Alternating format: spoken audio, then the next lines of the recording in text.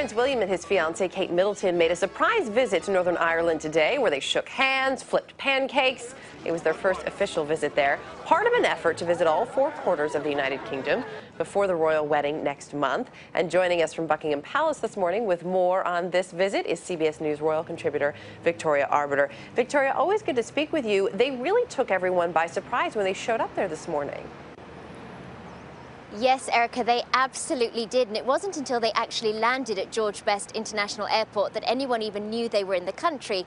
Northern Ireland, sadly, has been plagued with sectarian violence for many years. And so any time a member of the royal family or a political figure visits the country, they keep the visit very, very closely guarded, secret, until they're actually there. So while members of the public may have had an indication somebody was coming to town with the police presence on rooftops and as they went through trash cans, it wasn't until the cars pulled up that they realized how significant a visit it was. And it seems to be going, this is the third one we've seen in not too long a period. They seem to be very well received and the visits are going very well. It almost looks like Kate Middleton was born for this job.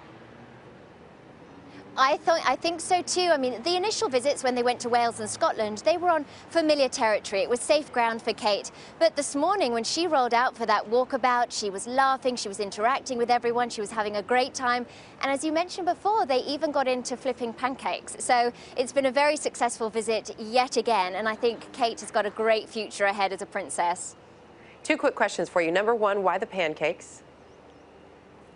It's Shrove Tuesday today. In England, it's a traditional day for us to eat pancakes, and so everyone's flipping them. But I think they were cheating a little bit. Those were hardcore, tough pancakes. We need to see real skill with the thin ones. Well, if they ever make it to New York, we'll test them on that one. And number two, I read a report. Right. We just saw Kate signing a book there, and I had read in one of the rights this morning that William leaned over at one point and said, "You're really going to need to work on your handwriting." Is that what he said? I had not seen that yet, but William's got a bit of a chicken scratch too. We saw that when he signed the New Zealand Book of Condolence, so they probably both need to do a little work on their handwriting. Perhaps they both should have been doctors. Kate's bio is now up on the royal wedding website, along with some pictures. We're seeing some shots of Kate at an earlier age. Give us an idea. Why do you think certain pictures were chosen, and what have we learned from these new details in her biography?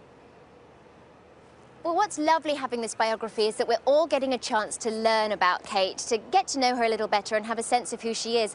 And all those photographs, some of the adorable early ones, show what a well-rounded, lovely childhood she led. She lived in Jordan for a little while. She's very athletic. And who knew that she's a bit of a champion high jumper? So you never know when that's going to come in handy if the paparazzi are chasing her. So it gave us a really good sense of her being outdoorsy, athletic. She mentioned sailing and photography among her hobbies. So it's really a lovely opportunity for us to sort of get to know her a little bit. And all of these things are obviously being rolled out with, I'm sure, some thought behind them from the palace, not just in terms of their visits, but also these details on Kate. What's the next thing that we can expect as we get closer to the big day? Well, we're getting more and more details, certainly, or they're coming more often, shall I say. You know, for a while there, we were just scrambling for any information we could possibly get.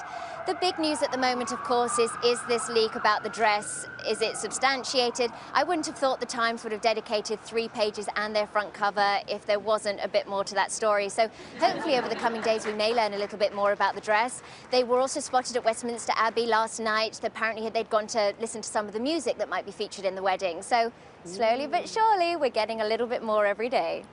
We love those little tidbits, and we thank you for always bringing them to us. Victoria Arbiter joining us from Buckingham Palace. Thanks. Thank you, Erica.